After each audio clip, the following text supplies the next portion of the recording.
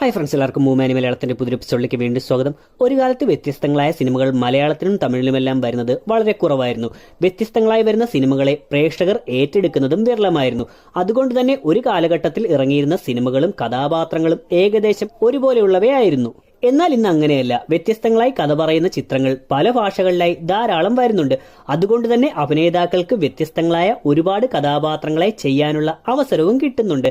എന്നിരുന്നാലും ചില താരങ്ങൾ മിക്കപ്പോഴും ഒരേ തരത്തിലുള്ള കഥാപാത്രങ്ങളെ സെലക്ട് ചെയ്യുന്നതായി കാണാം.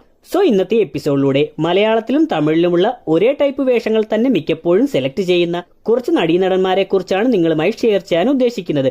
ഇവരുടെ അഭിനയം മോശമാണെന്നോ ഇവരുടെ സിനിമകൾ മോശമാണെന്നോ ഒന്നും ഈ വീഡിയോ കൊണ്ട് അർത്ഥമാക്കുന്നില്ല. പകരം ഇവരുടെ ഈ ഒരേ ടൈപ്പ് ക്യാരക്ടർ സെലക്ഷനെ കുറിച്ച് മാത്രമാണ് പറയാൻ ശ്രമിക്കുന്നത്. ആ ഒരു മൈൻഡോടുകൂടി തന്നെ വീഡിയോ കാണാൻ ശ്രമിക്കുക. നമുക്ക് നേരെ വീഡിയോയിലേക്ക് വരാം.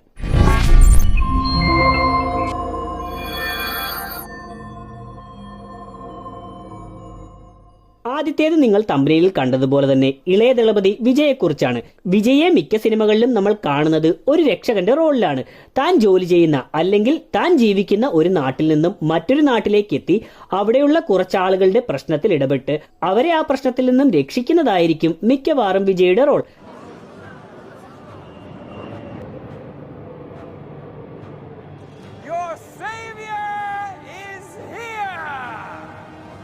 കത്തി എന്ന ചിത്രത്തിൽ ജയിൽ ചാടി മറ്റൊരു നാട്ടിലെത്തുന്ന വിജയുടെ കഥാപാത്രം ആ നാട്ടിലുള്ള ആളുകളെ ഒരു പ്രൈവറ്റ് കമ്പനിയുടെ ആധിപത്യത്തിൽ നിന്നും രക്ഷിക്കുകയാണെങ്കിൽ, മാസ്റ്ററിൽ ജോലിയുമായി ബന്ധപ്പെട്ട് ജുവനൈൽ ഹോമിലെത്തി അവിടെയുള്ള കുട്ടികളെയാണ് രക്ഷിക്കുന്നത്. ബിഗിലിൽ ഇന്ത്യൻ ഫുട്ബോൾ ടീമിനെയും, പുലിയിൽ ഒരു രാജ്യത്തെ ജനതയെയും, വേട്ടക്കാരനിൽ മറ്റൊരു നാട്ടിലെ ജനങ്ങളെയുമാണ് വിജയുടെ കഥാപാത്രം രക്ഷിക്കുന്നത്. ബാക്കിയുള്ള സിനിമകളുടെയും പേര് പറയുകയാണെങ്കിൽ വീഡിയോ ഇന്ന് അവസാനിപ്പിക്കാൻ പറ്റാത്തത് കൊണ്ട് നമുക്ക് രണ്ടാമത്തെ ആളെ പരിചയപ്പെടാം. രണ്ടാമത്തേത് നമ്മുടെ സ്വന്തം അജിത് അഗാർക്കർ. സോറി, നമ്മളുടെ സ്വന്തം തല അജിത്. വിജയ് ഒരു ബന്ധമില്ലാത്ത നാട്ടുകാരെ രക്ഷിക്കാൻ നടക്കുമ്പോൾ അജിത്ത് അതിൽ ചെറിയൊരു മാറ്റം വരുത്തി ഏറ്റവും അടുപ്പമുള്ള സ്വന്തക്കാരെ രക്ഷിക്കാൻ നടക്കുന്നുവെന്ന് മാത്രം. വിശ്വാസത്തിൽ സ്വന്തം മകളെ രക്ഷിക്കാൻ നടക്കുമ്പോൾ വേതാളത്തിൽ പെങ്ങളെയും വീരത്തിൽ അനിയന്മാരെയുമാണ് രക്ഷിക്കാൻ നോക്കുന്നത്. കൂടാതെ ഇതേ ചിത്രങ്ങളിലെല്ലാം താനൊരു ഫൈറ്ററാണെന്ന് മറ്റുള്ളവരെ അറിയിക്കാതെ എല്ലാവരെയും രക്ഷിക്കാനാണ് അജിത്തിന്റെ കഥാപാത്രം നോക്കുന്നത്.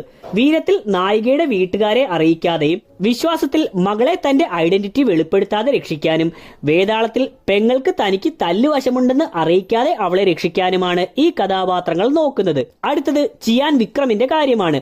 അന്യൻ എന്ന കരിയർ ബെസ്റ്റ് സിനിമയിലൂടെ ഒരു സൂപ്പർ സ്റ്റാർ ലെവലിലേക്ക് ഉയർന്ന താരമാണ് വിക്രം. ഈ സിനിമയിൽ വിക്രം, അന്യൻ, അമ്പി, റമു എന്നിങ്ങനെ 3 ഗെറ്റപ്പുകളിലാണ് വരുന്നത്. ഇതൊരു വൻ വിജയമായത് കൊണ്ടാകാം ഇതിനുശേഷം വന്നിരിക്കുന്ന മിക്ക സിനിമകളിലും വിക്രം ഇതുപോലെ തന്നെ പല ഗെറ്റപ്പുകളിൽ വരാൻ ശ്രമിച്ചിരിക്കുന്നത്. അന്യന് ശേഷം ഏറെ പ്രതീക്ഷയോടെ എത്തിയ ചിത്രമായിരുന്നു കന്ദസ്വാമി. ഇതിൽ 2 ഗെറ്റപ്പുകളിലാണ് വിക്രം പ്രധാനമായിട്ടും എത്തുന്നത്. പിന്നീട് വന്നിട്ടുള്ള ഐ, ഇരുമുഖൻ, ഈ അടുത്ത് റിലീസായ കോബ്ര എന്നീ സിനിമകളിലും ആവശ്യത്തിനും അനാവശ്യത്തിനുമായി പല ഗെറ്റപ്പുകളിൽ വിക്രത്തെ കാണിച്ചുകൊണ്ടേയിരിക്കുന്നു. ഇതിനിടയിൽ 2011 ഇറങ്ങിയ രാജപ്പട്ട എന്ന ചിത്രത്തിലെ ഒരു പാട്ട് സീനിലൂടെയും ഇതുപോലെ വിക്രത്തെ പല ഗെറ്റപ്പുകളിൽ കാണിക്കാൻ ശ്രമിച്ചിരുന്നു. ഇനി നമുക്ക് മലയാളത്തിലേക്ക് വരാം. മലയാളത്തിലെ മികച്ച നടന്മാരിൽ ഒരാൾ തന്നെയാണ് പൃഥ്വിരാജ്. ഒരു കാലത്ത് പൃഥ്വിരാജ് ചെയ്തിരുന്ന സിനിമകളിലെല്ലാം നായകനും വില്ലനും അയാൾ തന്നെയായിരുന്നു. Mumbai police, seventh day, Ezra, nine തുടങ്ങിയ ചിത്രങ്ങളാണ് ഇതിനുള്ള ഉദാഹരണങ്ങൾ. അതിനുശേഷം ഒരിടയ്ക്ക് എസ്ര, നയൻ പോലെയുള്ള ഹൊറർ മിസ്റ്ററി ത്രില്ലർ ചിത്രങ്ങളിലാണ് കൂടുതലും അദ്ദേഹം കോൺസെൻട്രേറ്റ് ചെയ്തിരുന്നത്. ഇപ്പോൾ അതിന് വീണ്ടും മാറ്റം വന്ന് നായകനാണോ വില്ലനാണോ എന്ന് ഡൗട്ട് അടിക്കുന്ന രീതിയിലുള്ള കഥാപാത്രങ്ങളെയാണ് അദ്ദേഹം സെലക്ട് ചെയ്യുന്നത്. അയ്യപ്പനും കോശിയിലെയും ഡ്രൈവിംഗ് ലൈസൻസിലെയും എല്ലാം വേഷങ്ങൾ പകുതി വില്ലൻ ടച്ചുള്ളവയായിട്ടാണ് നമുക്ക് തോന്നുന്നത്. ജനഗണമനയിൽ സിനിമയുടെ എൻഡിങ്ങിലോട്ട് എത്തുമ്പോൾ പോസിറ്റീവ് കഥാപാത്രമായി മാറുന്നുണ്ടെങ്കിലും തുടക്കമെല്ലാം കാണിക്കുന്നത് ഒരു വില്ലൻ ടച്ചുള്ള കഥാപാത്രത്തെ പോലെയാണ്. കടുവയിൽ പൃഥ്വിരാജാണ് ഹീറോ എങ്കിലും പ്രശ്നങ്ങൾക്കെല്ലാം തുടക്കം കുറിക്കുന്നത് ആ കഥാപാത്രത്തിന്റെ വില്ലത്തരങ്ങളുമാണ്. ഇത്തരത്തിൽ നായകനാണോ വില്ലനാണോ എന്ന് പെട്ടെന്ന് തിരിച്ചറിയാൻ പറ്റാത്ത സിനിമകളാണ് ഇപ്പോൾ അദ്ദേഹം കോൺസെൻട്രേറ്റ് ചെയ്യുന്നത്. ദൃശ്യം എന്ന ചിത്രത്തിൽ ഒരു ക്രൂരനായ പോലീസ് വേഷം മനോഹരമായി ചെയ്തതായിരുന്നു ഷാജോൺ. അതിന്റെ ഹാങ് ഓവറിലാകാം പിന്നീട് വന്നിരിക്കുന്ന മാസ്റ്റർ പീസ്, ഒരു ബോംബ് കഥ, ബ്രദേഴ്സ് ഡേ തുടങ്ങി കടുവ എന്ന ചിത്രത്തിൽ വരെ ഇതുപോലെയുള്ള റഫായിട്ടുള്ള പോലീസ് കഥാപാത്രങ്ങളെയാണ് അദ്ദേഹം ചെയ്തിരിക്കുന്നത്. വെറൈറ്റി സിനിമകളുടെ സംവിധായകനായ ലിജോ ജോസ് പെല്ലിശ്ശേരി നമുക്ക് സമ്മാനിച്ച കലിപ്പനായ നായകനാണ് ആന്റണി വർഗീസ് എന്ന പെപ്പെ. അങ്കമാലി ഡയറീസ് എന്ന ആ ചിത്രത്തിന് ശേഷം പിന്നീട് വന്നിട്ടുള്ള പെപ്പയുടെ ചിത്രങ്ങളും മികച്ചതാണെങ്കിലും ഈ ഒരു കലിപ്പനായ ഇടിക്കാരനായിട്ടാണ് മിക്ക ചിത്രങ്ങളിലും പെപ്പയെ നമ്മൾ കണ്ടിരിക്കുന്നത്. ഇന്നലെ വരെ എന്ന ചിത്രത്തിൽ ഇതിൽ നിന്നും കുറച്ചെല്ലാം വ്യത്യാസം കൊണ്ടുവന്നതുകൊണ്ട് തന്നെ തുടർന്നുള്ള സിനിമകളിലും ഇത്തരം വ്യത്യസ്തങ്ങളായ വേഷത്തിൽ നമുക്ക് അദ്ദേഹത്തെ പ്രതീക്ഷിക്കാം. അടുത്തത് മലയാളത്തിന്റെ സ്വന്തം സൈക്കോ ഷമ്മി തിലകൻ, ഫഹദ് ഫാസിൽ എന്ന ഷമ്മി. ഈ സിനിമയ്ക്ക് ശേഷം ഫഹദ് അവതരിപ്പിച്ച മിക്ക കഥാപാത്രങ്ങളും ചെറിയ മാനസിക പ്രശ്നങ്ങളുള്ള സൈക്കോ ടൈപ്പ് ക്യാരക്ടേഴ്സ് ആയിരുന്നു. ഇരുളിലെ ഉണ്ണി, ജോജിയിലെ ജോജി, മലയൻ കുഞ്ഞിലെ അനിക്കുട്ടൻ, പുഷ്പയിലെ ബൽവാർ സിംഗ് ഷിക്കാവത്ത്, ട്രാൻസിലെ വിജു പ്രസാദുമെല്ലാം ഇങ്ങനെ ഷമ്മിയുടെ പല മുഖങ്ങൾ മാത്രമാണ്. എട്ടാമത്തേത് ജയസൂര്യ. മോട്ടിവേഷൻ നൽകുന്ന രീതിയിലുള്ള കഥാപാത്രങ്ങളെ ചെയ്യുന്നതിനാണ് ജയസൂര്യ ശ്രദ്ധിക്കുന്നതെന്ന് തോന്നുന്നു. വെള്ളത്തിലെ ജീവിത വിജയം നേടുന്ന മദ്യപാനിയും, സുസുധി വാത്മീകത്തിലെ വിക്കുള്ള കഥാപാത്രവും, മേരി ആവാസുനയിലെ ശബ്ദം നഷ്ടപ്പെട്ടു പോകുന്ന കഥാപാത്രവും, ഞാൻ മേരിക്കുട്ടിയിലെ ട്രാൻസ്ജെൻഡറും, പുണ്യാള നഗർബത്തീസിലെ തകർച്ചയിൽ നിന്നും വിജയിക്കുന്ന ബിസിനസ്സുകാരനും, ജോൺ ലൂതറിലെ കേൾവിക്കുറവുള്ള പോലീസുകാരനുമെല്ലാം ഇങ്ങനെ പ്രതിസന്ധികളിൽ തളരാതെ ജീവിത വിജയം നേടാൻ നമുക്ക് മോട്ടിവേഷൻ നൽകാൻ ഒരുമ്പെട്ടിറങ്ങിയിരിക്കുന്ന കഥാപാത്രങ്ങളാണ്. ഓ ചേട്ടാ, കുറച്ച് ചോറിട്ടെ. വേണ്ട. ലേശം മോരൊഴിച്ച് കഴിക്കാനായിട്ട് വേണ്ടെന്ന്. തൈര് ഒഴിച്ചു. തന്നോടല്ലേ പറഞ്ഞു വേണ്ടെന്ന്. ഒരു കാലത്ത് കോമഡി കഥാപാത്രങ്ങളിലൂടെ ഹിറ്റായി മാറിയതായിരുന്നു സുരാജ് വെഞ്ഞാറമ്മൂട്. എന്നാൽ ആക്ഷൻ ഹീറോ ബിജുവിലെ ആ ഒരു ചെറിയ സെന്റിമെന്റൽ സീനിന് ശേഷം അദ്ദേഹം കോമഡി വേഷത്തിൽ നിന്നും പൂർണ്ണമായി മാറുകയും പിന്നീട് സീരിയസ് റോളുകളിലുമാണ് വന്നിരിക്കുന്നത്.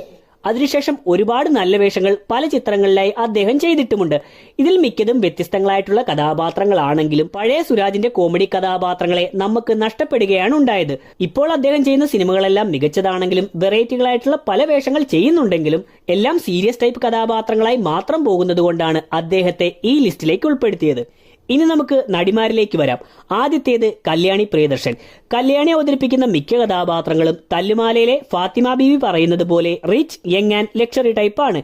ഈ സിനിമയിലെ കഥാപാത്രത്തിന്റെ അതേ മോഡലിലാണ് കല്യാണി അവതരിപ്പിക്കുന്ന മിക്ക സിനിമകളിലെയും കഥാപാത്രങ്ങളും വരുന്നത്. ആകെ ഇച്ചിരിയെങ്കിലും വ്യത്യസ്തമായി തോന്നിയത് മരക്കാറിലെ കഥാപാത്രമായിരുന്നു.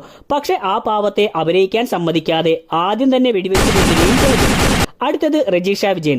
രജീഷയുടെ കഥാപാത്രങ്ങൾ കുറെയൊക്കെ കല്യാണിയുടേതുപോലെ തന്നെയാണെങ്കിലും കല്യാണിയെ പോലെ എൻജോയ് ചെയ്ത് കൂളായി നടക്കാതെ കുറച്ചുകൂടി റഫായിട്ടുള്ള ജീവിതത്തിൽ പോരാടുന്ന കഥാപാത്രങ്ങളെയാണ് രജീഷ അവതരിപ്പിക്കുന്നത്.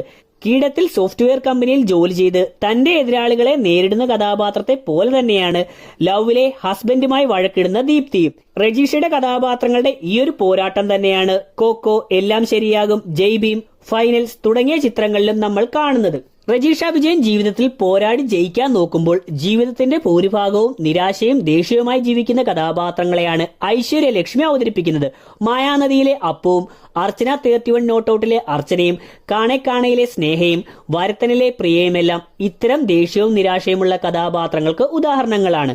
So that's it. ഇത്രയുമാണ് ഈ വീഡിയോയിലൂടെ എനിക്ക് പറയാനുള്ളത്. ഇനിയും ഇതുപോലെ ഒരേ ടൈപ്പ് കഥാപാത്രങ്ങളെ തന്നെ വീണ്ടും വീണ്ടും ചെയ്തുകൊണ്ടിരിക്കുന്ന നടന്മാരെയും നടിമാരെയും നിങ്ങൾക്കറിയാമെങ്കിൽ തീർച്ചയായിട്ടും ആ കാര്യങ്ങൾ കമന്റ് സെക്ഷൻ ഉൾപ്പെടുത്താൻ ശ്രമിക്കുക. അടുത്തൊരു വീഡിയോ ചെയ്യുകയാണെങ്കിൽ ഈ കാര്യങ്ങൾ അതിൽ ഉൾപ്പെടുത്താൻ ശ്രമിക്കാം. വീഡിയോയുടെ അവസാനിക്കുന്ന വീഡിയോ നിങ്ങൾക്ക് ഇഷ്ടമായിട്ടുണ്ടെങ്കിൽ പ്ലീസ് ലൈക്ക് ചെയ്യാനും ഷെയർ ചെയ്യാനും സബ്സ്ക്രൈബ് ചെയ്യാനും ശ്രമിക്കുക. അടുത്തൊരു എപ്പിസോഡിൽ കുറച്ച് സിനിമാ വിശേഷങ്ങളും കൂടുതൽ അറിവുകളുമായിട്ട് വീണ്ടും കണ്ടുമുട്ടുന്നവരെ ബൈ.